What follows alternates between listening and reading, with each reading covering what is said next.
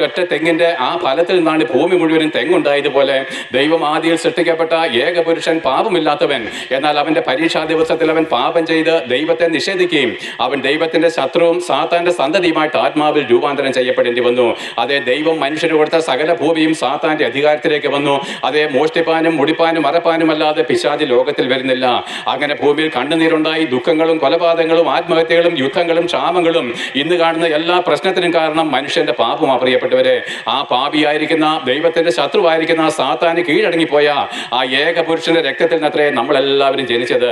ഈ ഭൂമിയിലെ സകല ജാതി മതസ്ഥരും സൃഷ്ടിക്കപ്പെട്ടത് ഒറ്റ പുരുഷന്റെ രക്തത്തിൽ നിന്നാണ്, ദൈവത്തിൽ നിന്നല്ല. ആദം എന്ന് പറഞ്ഞ പാപരക്തത്തിൽ അത്രേ നമ്മൾ ജനിക്കപ്പെട്ടത്. അതുകൊണ്ട് എല്ലാ മതങ്ങളും പഠിപ്പിക്കുന്നു പാപമുണ്ട്, നമ്മളിൽ പാപമുണ്ട്. അതിന്റെ അർത്ഥം എന്താണ്? ദൈവം പാപമില്ലാത്തവനാണ്. ആ മരിച്ചതിന് ശേഷം ആത്മാവാകുന്ന ദൈവത്തോട് നമ്മുടെ ആത്മീയ ശരീരം പ്രാപിപ്പാൻ പാപിയായിരിക്കുന്ന ഒരു മനുഷ്യന് കഴിയത്തില്ല എന്ന് എല്ലാ ജാതി മതസ്ഥർക്കും ബോധ്യപ്പെട്ടിട്ട് അവർ പാപമോചനത്തിന് വേണ്ടി സ്വന്തം വഴികളെ അന്വേഷിച്ചു. അത് ദൈവത്തിന്റെ വഴികളുമായിരുന്നില്ല. എന്നാൽ ദൈവം നമ്മളോട് കൽപ്പിക്കുന്നു, എൻ്റെ വിചാരങ്ങൾ നിങ്ങളുടെ വിചാരങ്ങളെല്ലാം, എൻ്റെ വഴികൾ നിങ്ങളുടെ വഴികളുമല്ല. ആകാശം ഭൂമിക്ക് മീതെ ഉയർന്നിരിക്കുന്ന പോലെ എൻ്റെ വഴികൾ നിങ്ങളുടെ വഴികളിൽ നിന്നും എൻ്റെ വിചാരങ്ങൾ നിങ്ങളുടെ വിചാരങ്ങളിൽ നിന്നും അകന്നിരിക്കുന്നു. അതേ പ്രിയപ്പെട്ട, ദൈവത്തെ അന്വേഷിക്കുന്നവൻ ആരുമില്ല, ഒരുത്തൻ പോലുമില്ല. എല്ലാവരും ഒരുപോലെ പാപം ചെയ്ത് ദൈവ തേജസ് നഷ്ടപ്പെടുത്തുന്നതിനായിട്ട് തീർന്നു. അങ്ങനെ എല്ലാവരും ദൈവ നിയമത്തിന് മുമ്പിൽ കുറ്റക്കാരായിട്ട് തീർന്നു. പ്രിയപ്പെട്ടവരെ, ഞാൻ വീണ്ടും പറയുന്നു, നമ്മളെല്ലാവരും മരിച്ചതിന് ശേഷം വീണ്ടും കണ്ടുമുട്ടുന്ന ദിവസമുണ്ട്.